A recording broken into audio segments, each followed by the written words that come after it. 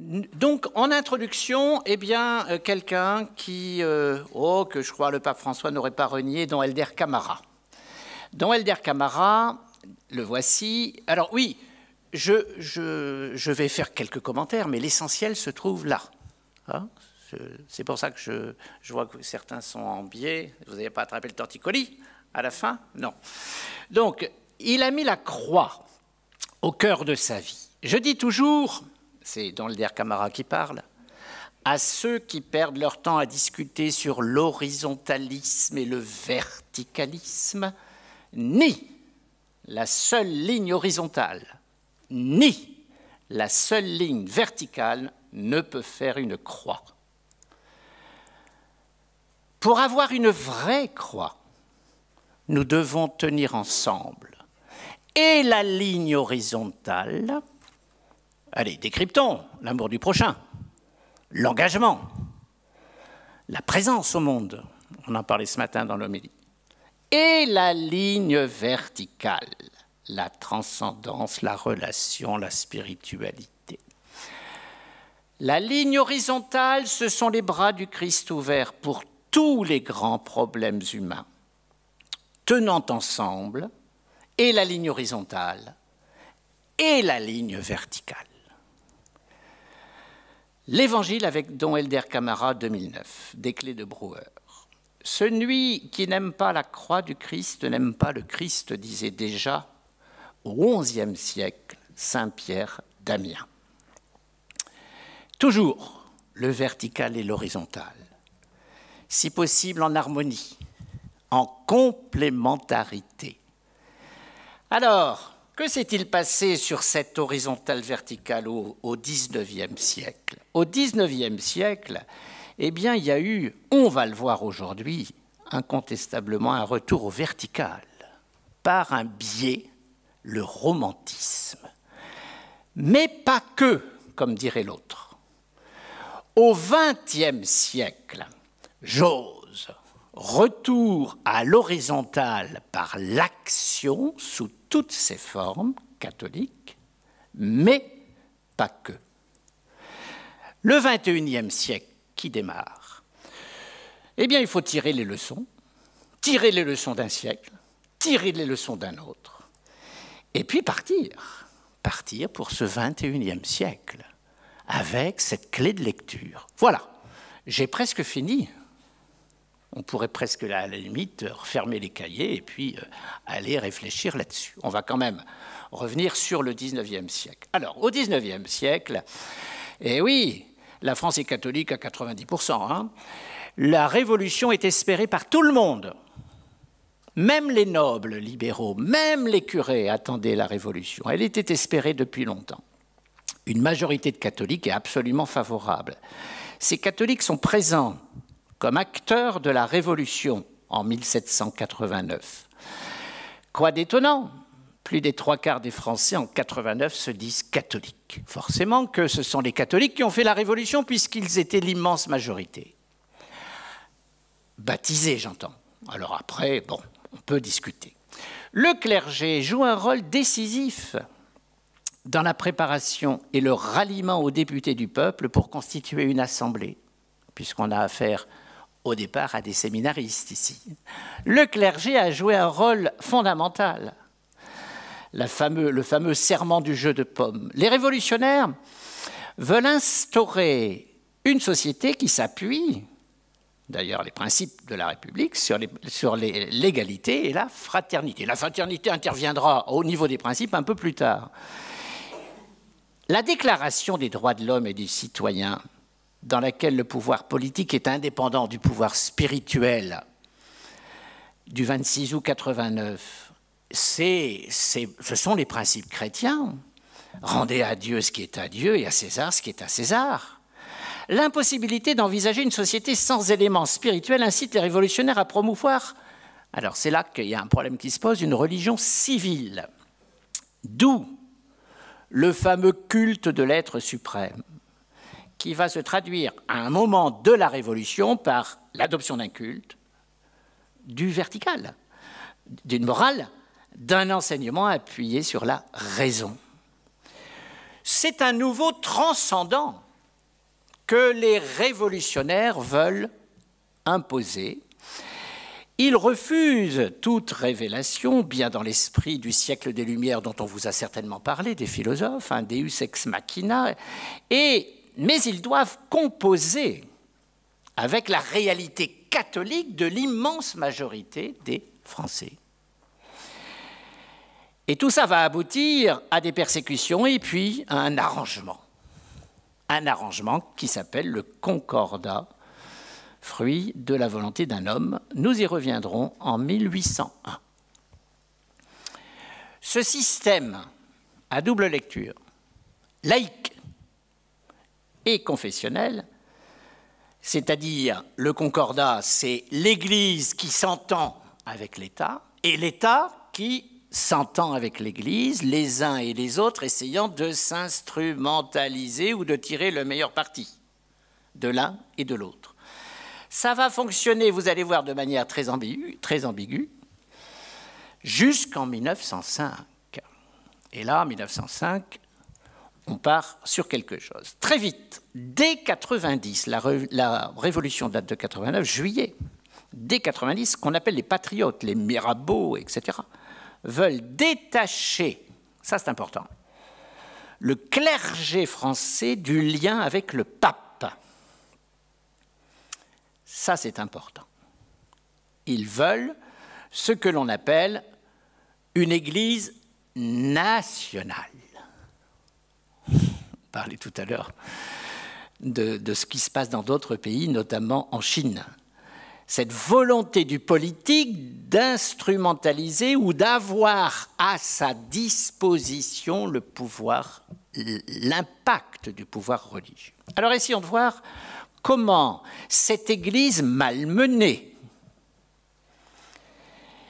qui, au départ, souhaitait cette révolution, mais jusqu'à un certain point, comment la réévangélisation va se faire pendant et après la Révolution. C'est ça l'enjeu de cette séquence, cette première séquence. Quel est le contexte? Eh bien, immédiatement, pour avoir refusé une église gallicane, c'est-à-dire une église essentiellement française, je suis, pour simplifier, je suis français et catholique, et je ne suis pas catholique et français. Je suis français et catholique, donc en étant français et catholique, je suis forcément lié à l'évolution politique de la France. Comme le clergé, vous allez le constater, va le refuser, la persécution arrive. Parce que les révolutionnaires, mais aussi Napoléon, veulent contrôler l'Église. On appelle ça, en termes historiens, le gallicanisme. On est d'abord français et ensuite catholique. Une constitution civile, on n'est pas sûr de ces curieux qui continuent d'être très attachés au pape. On va donc établir une constitution civile du clergé, suivie d'une obligation, parce que ça ne suffit pas visiblement, d'un serment de fidélité à la nation, au roi et à la loi, puisque à cette époque-là, on est encore en monarchie constitutionnelle, le 27 novembre de la même année. Voilà comment les prêtres, qui étaient en ce temps-là encore en chair, bien en chair, sans jeu de mots, ces prêtres, voilà comment on espérait les lier. C'est-à-dire que c'est le peuple lui-même qui voulait faire en sorte que le prêtre soit le pasteur d'une église fidèle à la nation. Le pape Pie VI a beaucoup hésité. Et il va finalement demander aux prêtres de refuser le serment de fidélité dont je viens de parler. C'est le clash. C'est le clash. Le pape considère qu'il y a trop de risques pour que l'Église devienne dans la main du pouvoir politique. Et regardez le résultat. Le résultat, vous l'avez devant vous. Un clergé va suivre le pape, on va l'appeler réfractaire, et un clergé va refuser de suivre le pape, on va l'appeler jureur. Clergé réfractaire, clergé jureur. La carte est extrêmement importante. C'est cette carte-là qui permet d'expliquer la France contemporaine. Vous retrouvez dans cette carte-là, en couleur vert, foncé, quand c'est très dense, un peu plus pâle quand c'est moins dense au point de vue refus de serment, et blanc quand c'est jureur, c'est-à-dire refus de respecter la volonté du pape. Hein. Donc plus c'est vert, plus c'est ultramontain, plus c'est réfractaire, plus c'est attaché à la fidélité catholique. Ben, regardez cette carte, elle vous dit encore aujourd'hui ce qu'est la France. Nous sommes en 1791. Plus de 200 ans après, la Franche-Comté, le sud-est du Massif central, le Nord-Pas-de-Calais, la Bretagne, l'Alsace, la Lorraine sont des terres de fidélité catholique. C'est intéressant quand même de constater que rien n'a changé et tout a changé. Mais rien n'a changé dans le fond. C'est une clé essentielle pour comprendre la situation des 2 siècles qui suivent. Ceux qui refusent au péril de leur vie et ceux qui acceptent pour le bien de la nation. Parce que les deux ont des arguments. Les persécutions vont donc s'acharner contre ces ennemis de la Révolution que vous voyez en vert foncé et en vert pâle, les nobles et les réfractaires. Violence physique. L'exécution de Louis XVI, le roi très catholique, hein, il a une mort qui est d'une foi tout à fait exemplaire, eh bien, le 21 janvier 1993 s'inscrit dans une démarche sacrificielle. Il est guillotiné, non pas parce qu'il a fait de mauvaises choses, d'autres en ont fait bien pire, mais parce qu'il est le roi, parce qu'il représente. Ce geste possède une charge mythique. Rares sont les nations qui ont connu une rupture aussi solennelle avec leur passé. Robespierre, il est de chez nous, hein, il est d'Arras, le rappelle à ses collègues députés, si le roi n'est pas coupable, ceux qui l'ont détrôné le sont. C'est terrible. Davantage que la personne du roi, c'est le symbole politique qu'il représente qui doit être détruit. Nous sommes là dans les germes du totalitarisme. On tue quelqu'un non pas pour ce qu'il fait, mais pour ce qu'il est, pour ce qu'il représente. La terreur qui sévit surtout de septembre 92 jusqu'à la chute de Robespierre, qui est lui-même victime, fin juillet 1994, va toucher 500 000 personnes de tous bords, des fédéralistes qui ne voulaient pas que Paris soit le seul, des royalistes, des girondins, des modérés et même des montagnards. 100 000 morts, 17 000 guillotinés, la grande terreur du 10 juin au 21 juillet 1994 fait 2500 condamnations à mort, soit plus de 40 condamnations par jour de guillotine. Elle n'a pas le temps de refroidir. Alors, je laisse les propos à celui qui les donne, mais c'est quand même une référence. La Révolution française a fait plus de morts en un mois au nom de l'athéisme, bon, la formule pourrait se discuter, que l'Inquisition au nom de Dieu pendant tout le Moyen-Âge et dans toute l'Europe.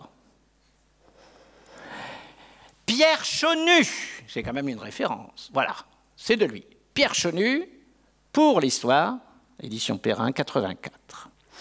Violence physique, ça a été très très violent. Mais aussi une politique anti-religieuse extrêmement fournie. La question de la déchristianisation révolutionnaire, c'est un très très beau terme. On utilisait le terme déchristianisation. Elle passe d'abord, parce qu'on a bien vu que c'était ça, la déprétrisation. Le terme n'est pas facile à prononcer, mais ça y est, je l'ai dit. Plusieurs méthodes sont utilisées.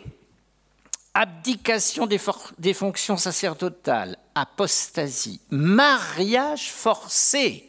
On les oblige, ces célibataires, à se marier. Si possible, d'ailleurs, c'est encore mieux avec des religieuses. Déportation et exécution des prêtres pour les formes les plus extrêmes, la guillotine sèche, là-bas, sur l'Atlantique. Voilà. Donc, on est dans une période d'une dureté absolue. Dès le début de 1792, le gouvernement interdit le port du costume ecclésiastique. On n'a plus le droit. Interdiction des processions. avec le lancement de la déchristianisation de l'an 2, le mariage des prêtres va être utilisé par les adversaires de l'Église pour discréditer le clergé. Le mariage est donc perçu comme une mesure supplémentaire dans l'abandon des fonctions de leur état de prêtre. La destruction des symboles, des édifices chrétiens se manifeste un peu partout dans les villes. Lisez les comptes rendus dans les procès-verbaux des conseils municipaux, des autodafés de costumes, de livres, de mobilier, destruction de statues, de croix, des églises, des bâtiments religieux, les couvents, les chapelles, tout ça. J'ai oublié de vous le dire, il est interdit d'être religieux. Le statut de religieux disparaît. Suppression des ordres religieux, 16, vous voyez, ça ne traîne pas, 16 février 1790. Parce qu'on a bien vu que les religieux et les prêtres étaient les nœuds de fidélité à Rome. La loi du 7 mai 93 établit que les calvaires nombreux à la campagne, à l'intérieur des villages et à la croisée des chemins, de même que les croix surmontant les clochers qui semblent étendre leur protection sur les familles paysannes, bref, dit le texte, tous les signes religieux extérieurs quelconques ne pouvant qu'entretenir l'idée, voilà, de fanatisme, sont jugés inadmissibles et ne pouvant être tolérés. Georges Sand a retrouvé ce texte dans un édit qui a été promulgué. La déchristianisation positive, parce que ça c'est du négatif, la déchristianisation positive, les révolutionnaires font la distinction entre le négatif et le positif, les historiens font la distinction entre le négatif et le positif, passe par la laïcisation. Quel est le but ? Eh bien, d'éradiquer les références chrétiennes dans la société française. Ça vous fait penser à rien du tout, ça. Ce processus s'appuie d'abord sur la substitution du calendrier républicain au calendrier grégorien, proposé par Fabre d'Églantine, le poète qui va être victime, comme Camille Desmoulins, de la violence de la terreur. Alors, je passe, vous connaissez. Un nouvel état civil, tenu par les maires, non plus les curés. Le changement des noms de lieux, pour supprimer toute référence chrétienne féodale, l'utilisation de prénoms révolutionnaires. Des communes changent de nom. La mienne devient Montagne-sur-Mer. Morin-la-Montagne, à la place de Saint-Omer. Saint-Omer, c'est la référence au fanatisme ancien. Une liturgie de substitution est proposée, mais elle se manifeste surtout sous le directoire. Elle ne va pas durer longtemps. La logique gallicane qui a derrière tout ça consiste à contrôler, instrumentaliser le catholicisme. Attention, rien de nouveau sous le soleil. Cette instrumentalisation existait sous l'Ancien Régime. Le roi, c'était bien le lieutenant de Dieu sur la terre, et Bossuet, il a bien pratiqué la légitimation du pouvoir absolu du roi au nom de l'Écriture sainte.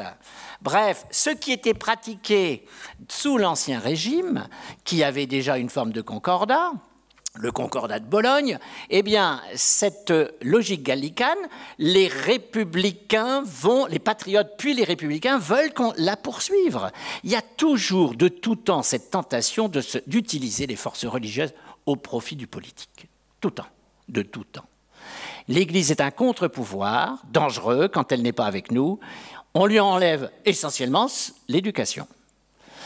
Se greffe en interne de cette Église qui avait des problèmes, mais comme toujours, une logique anti-hiérarchique. Certains membres des congrégations, Donou, l'oratorien, Fouché, l'oratorien, qui connaît Robespierre à Arras, les voici tous les deux, Donou, le Boulonnais, et Joseph Fouché, il y a une très belle biographie sur Fouché là récemment, ne sont pas mécontents de détruire les hiérarchies cléricales anciennes. Un prêtre a une position tout à fait originale, l'abbé Grégoire, anti-esclavagiste, émancipateur, et lui voit le danger du concordat, il est anti-concordataire. Le voici, cet abbé Grégoire qui est au Panthéon depuis que François Mitterrand l'a décrété. Un anticléricalisme d'intérêt aussi va se développer, puisqu'on a vendu les biens de l'Église qui sont devenus des biens nationaux. Et donc, ceux qui ont les biens nationaux ne veulent plus que l'Église revienne en force, sinon elle lui reprend leurs biens. Ils suivent les constitutionnels, se détachent de la pratique. Les successeurs sont très attentifs et obtiennent que l'article 13 du Concordat considère les biens ecclésiastiques comme incommutables. Donc ça ne peut pas revenir. à l'Église. Incommutable. Oui, concordat, mais les biens restent. Une dernière logique, c'est celle du mimétisme, de la compensation. Les cultes révolutionnaires patriotiques et leurs cortèges de fêtes veulent remplacer, se substituer à la liturgie catholique. Ils ont été, je l'ai dit, préparés par les philosophes, Rousseau lui-même insiste sur la nécessité d'une religion civile. Il faut du sentiment, il faut de la verticalité dans un régime horizontal. Ces cultes font appel à la nature. Il y a des églises, c'est marqué temple de la raison. Il y a les martyrs de la liberté, Marat, Chalier, Le Pelletier de Saint-Fargeau. Ils conservent un substrat religieux marqué à leur début qui continue de transparaître à la fois dans la terminologie et dans les fêtes. Et là, je reprends un philosophe que vous connaissez, René Girard. Ce mimétisme acquiert un caractère tragique. De quoi s'agit-il? L'homme est soumis à un désir pathologique de convoitise.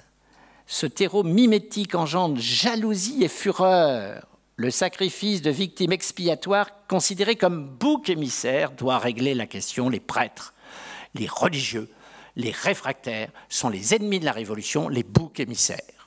Et donc, ils ont une fonction. Ça libère la conscience des autres citoyens. Oui, pardon, je suis allé un peu vite. Je reviens sur le précédent. Encore. Joseph Lebon.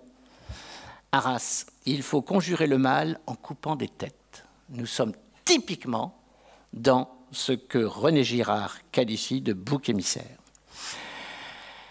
Comment l'Église va-t-elle réagir une fois qu'elle a dit non au serment de fidélité? Comment l'Église va-t-elle réagir dans ce contexte? Eh bien, résister.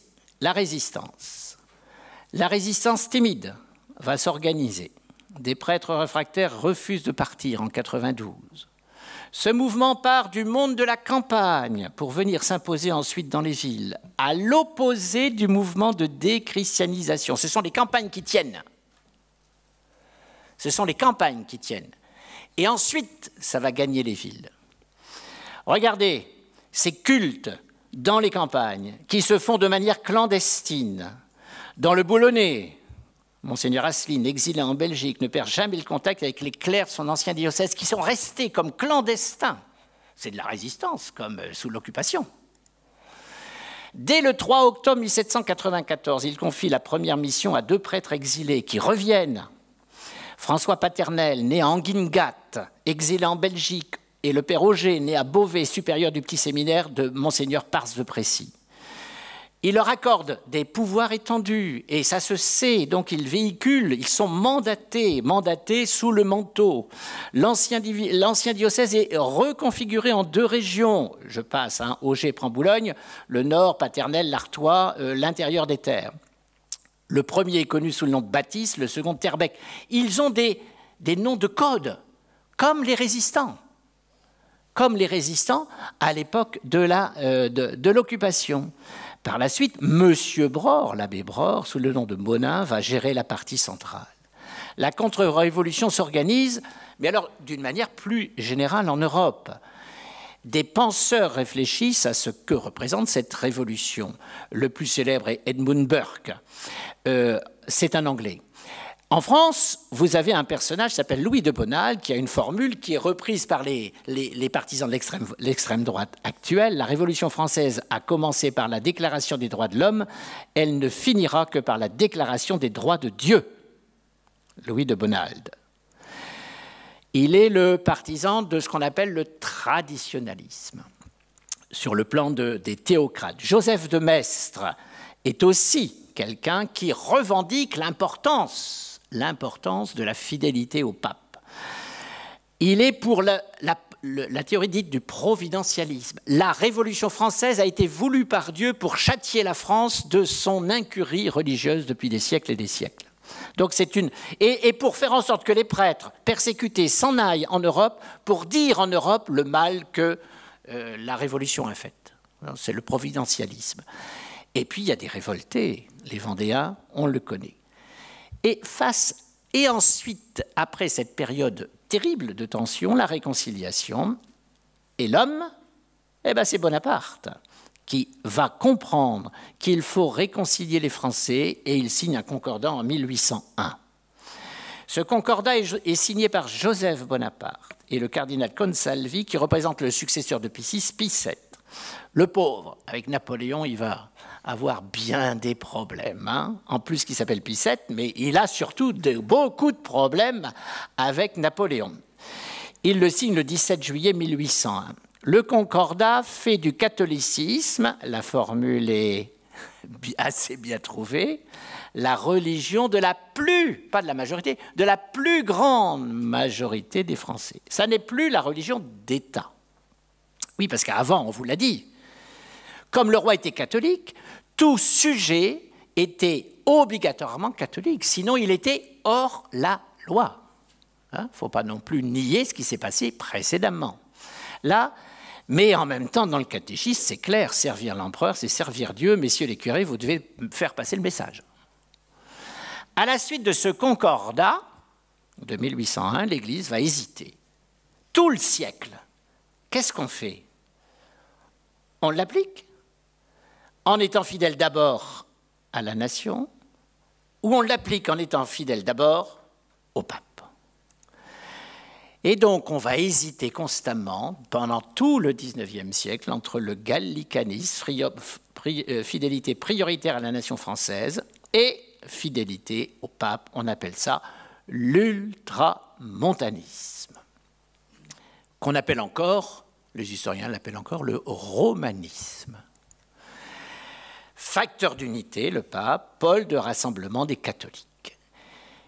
Quel est l'élément essentiel de la riposte catholique? Ça a un nom, c'est le courant romantique. Le romantisme est la réponse catholique à la tentative de déchristianisation de notre pays et même de notre continent européen.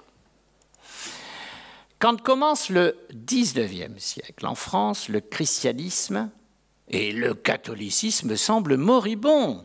Le dernier pape, Pie VI, est mort prisonnier des révolutionnaires français à Valence en 1799. Les philosophes ont fait un dégât considérable. Voltaire a mis l'incrédulité à la... Considérable. Non, enfin, dans le point de vue catholique, j'entends. Hein. Après, je ne veux pas porter de jugement sur Voltaire. Mis l'incrédulité à la mode en pratiquant la dérision, devant ce culte barbare, ces dogmes absurdes qui ne correspondent pas à la raison. Donc, voilà, le pape Pie VII, le successeur, lui accepte le concordat. En 1789, l'Église de France compte 60 000 prêtres, 70 000 réguliers, 60 000 prêtres. En 1815, 36 000. Fondu de moitié, pratiquement de moitié. Vous voyez, les effondrements, ça existe. Pas seulement aujourd'hui. Ça a existé. Et là, c'est très spectaculaire, quasiment la moitié. De 1802 à 1814, 12 ans, 6 000 ordinations, vous allez me dire, c'est énorme. Non mais attendez, il faut comparer ce qui est comparable. Ce qui correspond à un peu moins que les décès durant cette période et un peu plus que le chiffre annuel d'ordinations sous l'Ancien Régime. C'est-à-dire qu'en 12 ans, il y a eu pratiquement l'équivalent d'une seule année, donc de 11 années blanches. 11 années blanches d'ordination. 11 années sans prêtre, sans ordination. Vous me suivez? L'opération de reconquête, c'est le mot, est menée à partir de 1815, essentiellement par les évêques, au moyen des missions dans les paroisses, grâce notamment, et on y reviendra tout à l'heure, aux congrégations de femmes, qui ont joué un rôle essentiel, les congrégations de femmes, avec le souci de canaliser, le clergé et les débordements de religiosité, parce que romantisme, émotion, sentiment, affect, etc., notamment lors des fêtes patronales. La réponse culturelle à la tentative révolutionnaire de faire disparaître la religion catholique se manifeste dans un nouveau mouvement artistique, le romantisme. En France, cette sensibilité s'incarne dans un homme. Le concordat, c'est Napoléon. Le romantisme, François-René de Chateaubriand. Un mot, un ouvrage fondamental que je vous encourage à lire et à relire, Le génie du christianisme, publié en 1802 par un homme qui va devenir ministre des Affaires étrangères et qui meurt en 1848, le voici. Le génie du christianisme. Je suis devenu chrétien. Alors il l'avait été dans sa jeunesse, il avait comme beaucoup perdu la foi. Je suis devenu chrétien, il dit chrétien. Je n'ai point cédé, je l'avoue, à de grandes lumières surnaturelles. Il l'avoue. Et la phrase est là, essentielle, fondamentale. Je l'ai laissée, je vous la laisse en suspens. Ma conviction est sortie de mon cœur. J'ai pleuré et j'ai cru. On est là dans l'essentiel de la démarche de François-René de Chateaubriand. J'ai pleuré et j'ai cru. C'est tout le romantisme, ça. De toutes les religions, alors on rentre un peu dans le détail, qui ont jamais existé, dit-il, la religion chrétienne, il faut lire la catholique, est la plus poétique, la plus humaine, la plus favorable à la liberté, aux arts et aux lettres. J'ai ornementé de quelques éléments qui me paraissaient être à l'évidence en correspondance avec ce que Chateaubriand disait. Quoi de plus beau qu'une rosace? Le monde moderne lui doit tout, depuis l'agriculture jusqu'aux sciences abstraites, depuis les hospices bâtis par les malheureux, jusqu'aux temples élevés par Michel-Ange et décorés par Raphaël, les hôtels-dieux que vous connaissez dans vos villes, et puis ces magnifiques fresques de la chapelle Sistine. Il n'y a rien de plus divin que sa morale, rien de plus aimable, de plus pompeux, avec tous les excès qui vont finir au bout du compte. Mais là, on est au début. Là, on est au début du mouvement. De plus pompeux que ses dogmes, sa doctrine et son culte. Elle favorise le génie. Elle épure le goût. Le christianisme, la religion chrétienne, développe les passions vertueuses, donne de la vigueur à la pensée, offre des formes nobles aux écrivains et des moules parfaits à l'artiste. Un dernier, là c'est une actualisation, le film des hommes et des dieux a resensibilisé toute la population chrétienne, c'est un des films qui a fait un tabac extraordinaire, sur cette 3 millions, sur cette, par un cinéaste agnostique. Un gars de chez nous en plus. Bon, je suis presque pas chauvin. Je ne sais plus son nom, mais enfin, peu importe, vous allez me le trouver. Des hommes et des dieux, c'est exactement ça. Xavier Beauvois. Merci. Une dame est un enjeu fondamental dans cette question. Cette dame, c'est la pucelle d'Orléans, Jeanne d'Arc. Michelet, on va en reparler, en parle. Henri Wallon, un catholique républicain, Valenciennes. Où sont les Valenciennois, là, hein? Voilà, très bien. Charles Péguy, évidemment. Charles Péguy en parle. Jeanne d'Arc va être, pendant tout le XIXe siècle, un enjeu qui représente à la fois les deux aspects que l'on évoque, c'est-à-dire la politique, la nation, le fait politique et le fait religieux. Elle est canonisée, vous l'avez vu, juste après la guerre 14-18. C'est pas un hasard. Du tout, du tout. La grande éclosion du romantisme chrétien se situe entre 1830. Donc, vous voyez, le lancement, c'est Chateaubriand dès 1802, mais le temps que ça rentre et que ça creuse dans les esprits, 1830, où paraît le journal L'Avenir de Lamennais, Félicité de Lamennais, un très grand nom que ce Félicité de Lamennais. Le voici. Il va avoir une évolution qui va se laïciser et il va terminer en rupture avec l'Église.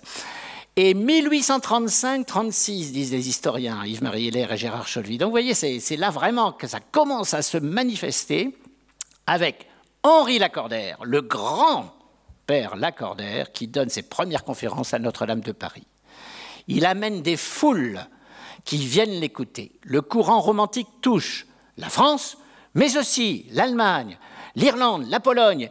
Il est lié à un style qu'on appelle le néo-gothique qui a envahi, pas le grand séminaire de Lille, mais quantité de grands séminaires partout en France, en Europe. Il renouvelle le vocabulaire avec des mots comme affection de l'âme, cœur, sentiment. Montalembert, Charles de Montalembert, lui aussi de notre territoire, exalte les ordres religieux dans ses moines d'Occident.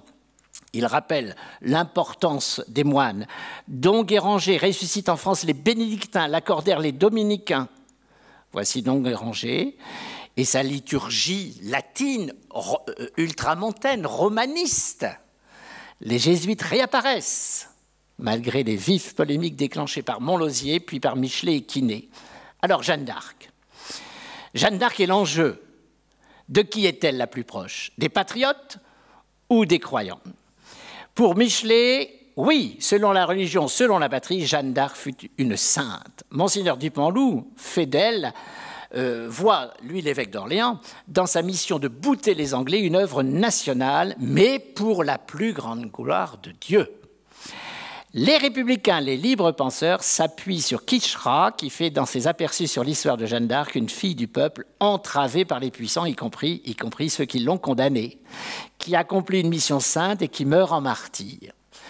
L'ultramontanisme français, donc, qui va triompher par la veine romantique, est lié au rôle des émigrés, des bons prêtres qui se sont tournés vers Rome lors de la tourmente révolutionnaire.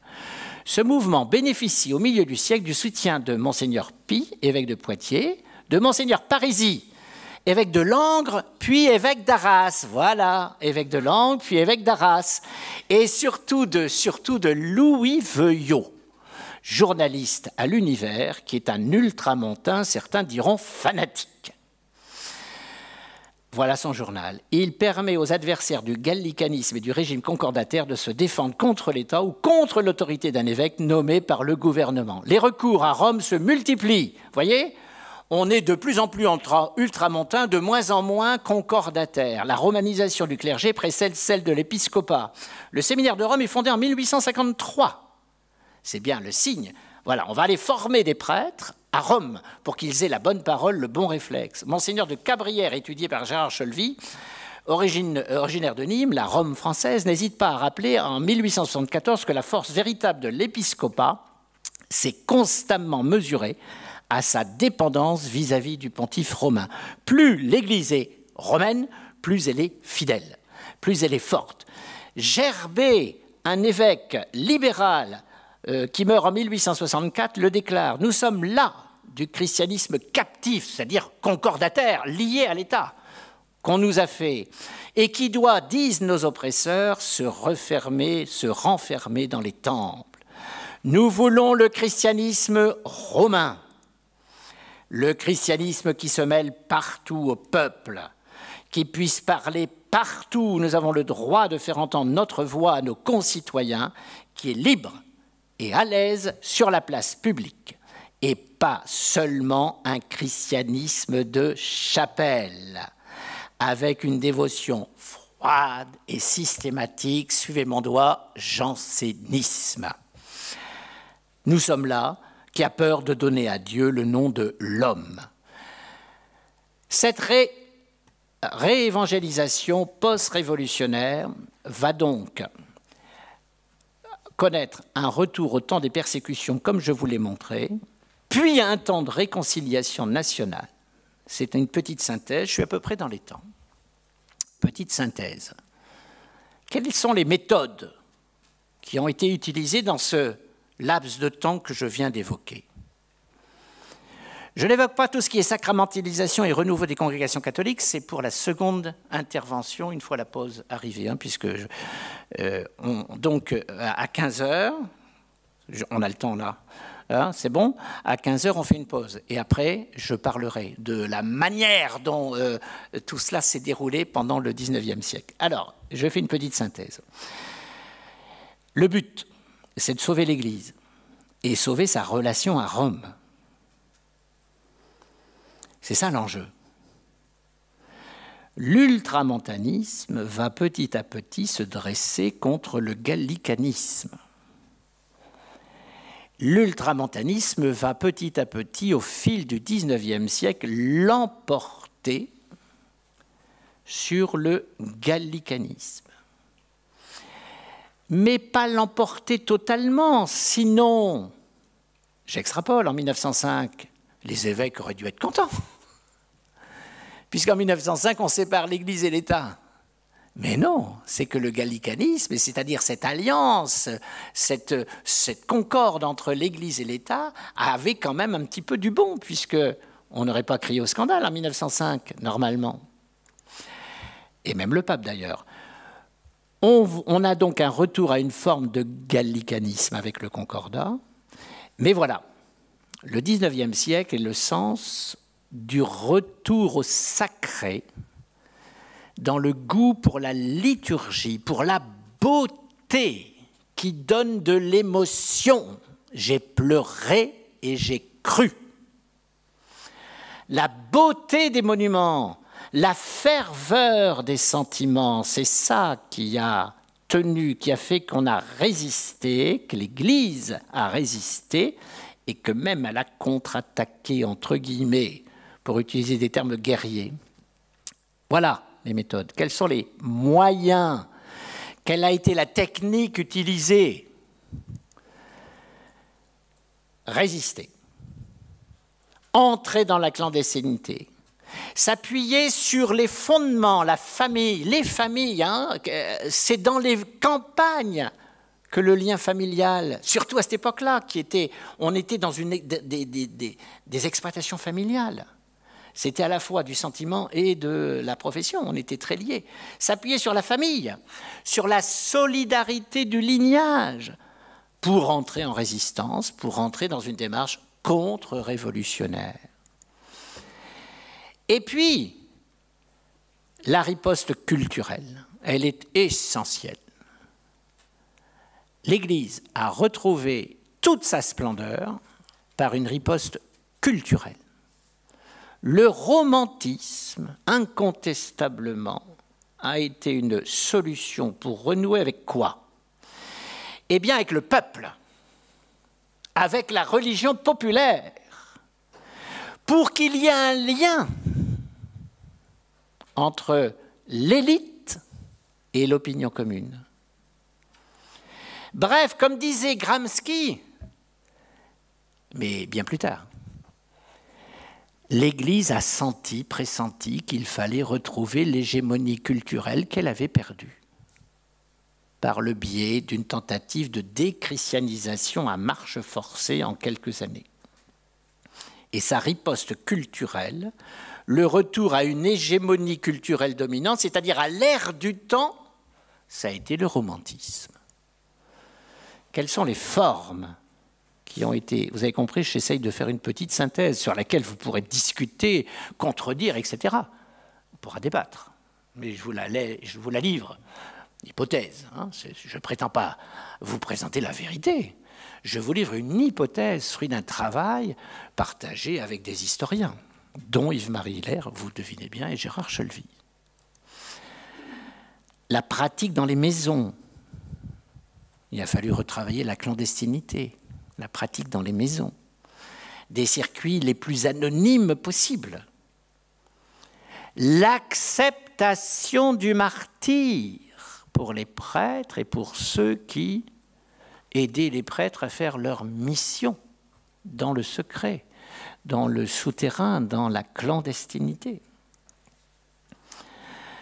L'insistance, tout ça a tenu, à l'évidence, 1802, le génie du christianisme, tout ça a tenu par l'insistance du retour au sentiment, à l'émotion, à la ferveur religieuse, la sublimation par le sacrifice, l'importance de la croix, de la souffrance rédemptrice. Il va y avoir un retour à une théologie doloriste liée à la réalité de la Révolution française. Parce que quantité de saints et de personnes références pendant tout le XIXe siècle, ce sont les martyrs de la Révolution française, guillotinés, assassinés, etc., etc. La pratique liturgique romaine va devenir une référence, alors que la liturgie était gallicane. Rôle essentiel des figures de croyantes et de croyants validés, mises en valeur par Rome. Rome va souffler sur la braise et va pointer des grandes personnalités qui ont su résister et les mettre sur le pavois et les proposer comme modèle de vie chrétienne, comme référence chrétienne. On en verra à travers la sacramentalisation généralisée. Si on essaie d'avoir un regard critique sur ce qui vient d'être dit, c'est-à-dire les éléments positifs, pertinents, une énorme solidarité entre catholiques dans le risque, la ferveur du martyr, le goût de la beauté, la recherche permanente de la beauté en lien avec le sacré. Et puis aussi, on va le voir, la sacramentalisation généralisée dont je vais vous parler, c'est les sacrements, mais aussi les sacramentaux. On fera la petite distinction tout à l'heure. Cette prise en compte de l'attente des pauvres, c'est-à-dire du peuple, certains diraient du vil peuple ou du bas peuple, par des pèlerinages, par des dévotions populaires, plus ou moins contrôlées. Quelles sont les limites, les dérives de cette réévangélisation post-révolutionnaire? L'obsession du martyr, ça peut devenir presque masochiste, hein, cette espèce de plaisir dans le sacrifice. L'obsession du martyr, la haine contre les ennemis, parce que l'anticléricalisme dont je vais vous parler à la fin du siècle, il est en grande partie lié à la haine du cléricalisme, l'un engendrant l'autre. Et on peut dire que c'est tous les deux dans la même démarche. La confusion de l'espoir politique et religieux pour les fervents de la contre-révolution, les théocrates.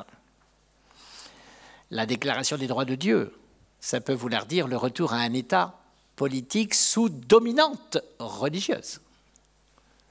On a des exemples contemporains et on voit ce que ça donne. La question des prêtres constitutionnels qui vont être considérés dans l'Église où le pape et les ultramontains ont gagné, les prêtres constitutionnels, les prêtres jureurs sont considérés comme des renégats. Et donc, l'Église catholique va connaître en son sein une scission, un affrontement entre des gallicans et des ultramontains, entre des libéraux, il faut accepter, et des intransigeants. Il n'y a rien à faire, on ne peut pas accepter, justement. Jean Godel, un historien de la Révolution, selon Jean Godel, ne déchristianise pas. Elle sert, je trouvais la formule intéressante, de révélateur qui montre à chacun son véritable attachement à la religion. Je vous renvoie à la carte. Son véritable attachement à la religion, puisque la carte que je vous ai proposée est une carte qui peut encore aujourd'hui être très, très, très explicative des comportements religieux ou du refus du religieux ou de l'indifférentisme. Et bien voilà.